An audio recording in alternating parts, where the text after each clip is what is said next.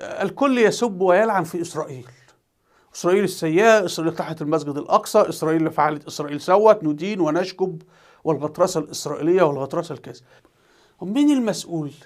تعالوا نشاهد واحد اسمه الشريف حسين. هو مسمي نفسه الشريف لكن هو خائن. الشريف حسين ده أمير مكة في الحرب العالمية الأولى، وتحالف مع الجيش الإنجليزي كي يسلم القدس للإنجليز ويطرد الدولة العثمانية أو المسلمين من القدس. فالواقع أن اليهود لم يحتلوا القدس. الذي احتل القدس كانت قوات تقول أنا مسلمة. أهو ده الشريف حسين أهو، وهذه الصورة في القدس. يعني هم الإنجليز دخلوا القدس 1917، وهو هنا في القدس اهوت، والحرس وعامل الحرس والكذا، ودخل في حماية الإنجليز لأنه تحالف مع الإنجليز إلى آخره، ودخل القدس. فإذا القدس أصلا كانت تحت سيطرة المسلمين في الحرب العالمية الأولى، الدولة العثمانية طوال تاريخها هكذا من عهد صلاح الدين الأيوبي. الصليبيين أخذها فترة قصيرة بعده، وبعد ذلك عادت المسلمين وبقيت في حكم المسلمين حتى الدولة العثمانية والحرب العالمية الأولى. الجيش العثماني، وده جيش من المسلمين من العرب والأكراد والأتراك كل المسلمين يعني، كان يحارب دفاعا عن القدس. لكن في خونة كانوا يحاربوا مع الإنجليز في الحرب العالمية الأولى لأخذ القدس من المسلمين وتسليمها للإنجليز، ثم بعد ذلك تسليمها للصهاينة.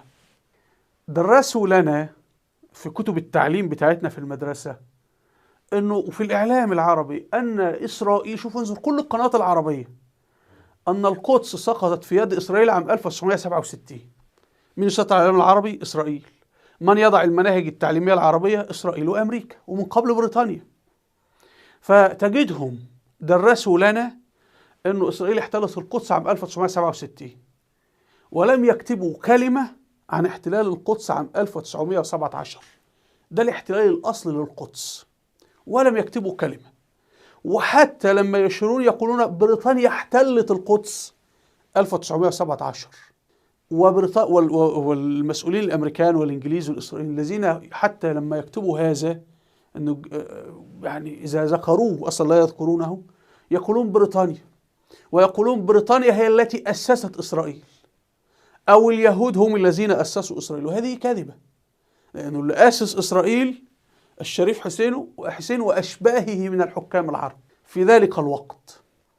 هم الإعلام إسرائيل اللي بتدير الإعلام العربي بتشتم نفسها في الإعلام العربي، وأمريكا التي تدير الإعلام العربي بتشتم إسرائيل وأمريكا. يعني حتى يقولون أمريكا بتحمي إسرائيل، بريطانيا بتحمي أسس إسرائيل، والحقيقة هؤلاء الذين أسسوا إسرائيل وهم الذين حموها هم الذين فعلوا كل شيء. يعني المفروض إسرائيل تعمل لهم تماثيل، الشريف حسين وجمال عبد الناصر وأشباههما وورثتهما، ثم لا يذكرون بكلمة. يعني إسرائيل تقول لك اشتمني ولا تشتم الشريف حسين، اشتمني ولا تشتم جمال عبد الناصر. فهمت؟ لأن نحن أمام عملية خداع. طيب فادي الشريف حسين اللي شارك في إسقاط القدس. وهنا يا جماعة دي برقية من المعتمد البريطاني في جدة إلى الملك حسين في ديسمبر 1917، رقم 249، إلى جلالة ملك الحجاز كان هو الشيخ حسين، بمزيد من الاحترام والسرور لحضرة جلالتكم علما بأن القدس قد استسلمت في 9 من الشهر الجاري ظهرا، وأن الجنرال الليمبي دخل المدينة بصورة رسمية في 11 منه. هذه الأنباء الطيبة قد وصلتنا لتوها، وقد تأخر احتلال المدينة لتفادي إصابة الأماكن المقدسة. أرجو قبول أخلص احترام وتقديري، الميجر باسيت. الملك حسين رد من الملك حسين إلى المعتمد البريطاني في جدة بتاريخ 13 نفس اليوم 1917. سعادة المعتمد البريطاني إن هذا النبأ المستلزم للفخر العظيم مما ينتظر، وينتظر ما هو أبلغ منه مع بيان جزيل التفاني حسين. فيا جماعة في كم ملك حسين؟ هو ليس واحد، والملك حسين لم يمت. يعني هذه مسألة، احنا بنرى عشرات حسين. فالراجل شارك اصلا من خلال انه قصف خط سكة الحديد الحجاز، واحتجز 40 جندي عثماني كي يدافعون عن المدينة المنورة الى اخره، والتاريخ يكرر نفسه ومستمر حتى اليوم.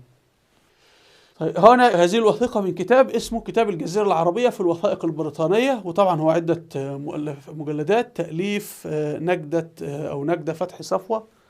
وطبعا حضراتكم اكتب على جوه اسم الكتاب هيطلع لك المجلدات كلها، اقرأها. كوارث كوارث يا جماعة. ليست المشكلة في بريطانيا ولا في إسرائيل، المشكلة عندنا نحن، المشكلة بين ظهرانينا نحن. والدليل، هل احنا سمعنا قط انه الملك حسين سلم القدس ولا سلم كذا او شارك في تسليمها؟ لا. سمعنا انه الجيش المصري في الحرب العالمية الاولى سلم القدس للانجليز؟ ابدا. تعالوا نكمل. هنا يا جماعة الجنرال الليمبي، الجنرال البريطاني في القدس. الجنرال الليمبي كان قائد التجريدة المصرية، لأنهم أخذوا من مصر 100,000 جندي، عملوا عارفين خط السكة الحديد اللي هو في سيناء الآن لا يعمل، ده أخذوه وعملوا خط السكة الحديد كي ينقل الجنود الجيش البريطاني والجنود الهنود. يعني نحن لا نسمع شيئا عن دور الهنود في احتلال القدس. فالعجيب انه بريطانيا اللي هي كاتبه مناهج تعليمنا بتدرس ان انا بريطانيا فعلت كذا، ولا تذكر دور الهند ولا دور العرب ولا دور كذا ولا دور اي حاجه. انظر، فهذا طبعا ده في القدس اهو، ده خلال دخوله للقدس، وطبعا في جنود من كل الجنسيات. ايضا هنا استعراض للجنرال الليمبي، استعراض للجنود الانجليزي. طبعا هاجت هنا باب المدينه، وكما نشاهد عليه الهلال والنجمه اللي هو علم الدوله العثمانيه، وهو علم تركيا حاليا يعني. طيب هنا أيضا الجنرال الليمبي هو بيستعرض في شوارع القدس كما نشاهد. وتعالوا بقى لهذه الصورة. هنا الجنرال الليمبي وهو بيلقي خطبة، وحشدوا له مين؟ تعالوا نكبر الصورة، التاريخ يكرر نفسه.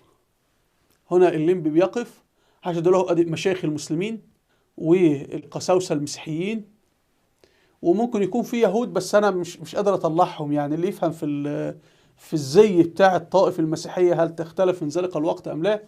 لأنه هنجد هنا أنه فيه قساوسة بيلبسوا أزياء مختلفة مثلا أهي، وهنا مشايخ. هل اختلف شيء؟ يعني هل هؤلاء ماتوا؟ لم يموتوا. هل الشريف حسين مات؟ لا، لم يموت. مجرد تغيير في الأسماء ونفس الأدوار. وإحنا دايما نقول أنه ما يجري في البلاد العربية هو ما جرى في الأندلس من قبل. الخلافة الأموية انهارت في الأندلس، قسمت الأندلس إلى 21 دويلة، 21 دويلة، عدد الدول العربية تقريبا، اسمها ملوك الطوائف، الآن بيسموها جامعة الدول العربية. وكل مدينة أو كل إقليم يعني عمل لنفسه علم ونشيد وطني، والسيادة الوطنية والحدود والسلك الشائك، وعمل الجيش الوطني للحفاظ على مملكة الطائف أو الدولة الوطنية الموجودة. وأخذوا أيضا يستدعون الأسبان ويساعدون الجيش الأسباني، عشان نبقى فاهمين أن سقوط الأندلس لم يكن معركة بين جيش أسباني ومسلمين، لا، الجيش الأسباني كان معه قوات مسلمة. نفس الموضوع، الجيش البريطاني لما جه يدخل القدس لم يكن جيش إنجليزي في مواجهة مسلمين، ده هو قيادة إنجليزية وجنود هنود وجنود مسلمين من مصر من الحجاز من غيرها، ودخلوا القدس. النصر نسب لمن في النهاية؟ للإنجليز. لذلك بنقول هؤلاء جنود إنجليز. في ناس تقول لك إيه؟ أنت ضد الجنود الشيشان المسلمين الذين يحاربون في الجيش الروسي؟ هؤلاء يحاربون لمصلحة الجيش الروسي ويرفعون العلم الروسي. في نهاية الحرب من انتصر؟ الجيش الروسي. هنا من انتصر؟ الجيش البريطاني. وأصلا غالبية الذين دخلوا القدس لم يكونوا جنود إنجليز أصلا، ده كانوا جنود مسلمين على جنود هندوس. فلا بد أن نفهم كيف تسير الأمور. أرجو مشاهدينا أن تكون الصورة قد وضحت. وفي الختام هنا كتاب مذكرات ضابط في الجيش العثماني في الحرب العالمية الأولى، هو بيشرح عالم الجنود، سواء الجنود المسلمين اللي في صف الجيش العثماني أو الجنود اللي حتى المسلمين والهندوس الذين كانوا في صف الجيش الإنجليزي. وبيشرح عملية سقوط القدس كرؤية من أسفل، مهمة جدا. وسنرى أننا بنكرر نفس الأخطاء، وأن احنا نسينا تماما معركة العقول، وهذا الضابط بيتحدث عن معركة العقول. فأرجو الاستماع إلى هذا الكتاب. هنا في فيديوهات على اليوتيوب، أسفل الفيديو رابط صفحات على الفيسبوك وتويتر. هنا قائمة الفيديوهات الوثائقية والتاريخية، أرجو أن تشاهدوها لأهميتها في مجال التاريخ. أرجو منكم الاشتراك في القناة بالضغط على هذا الزر. وإلى اللقاء، والسلام عليكم ورحمة الله وبركاته.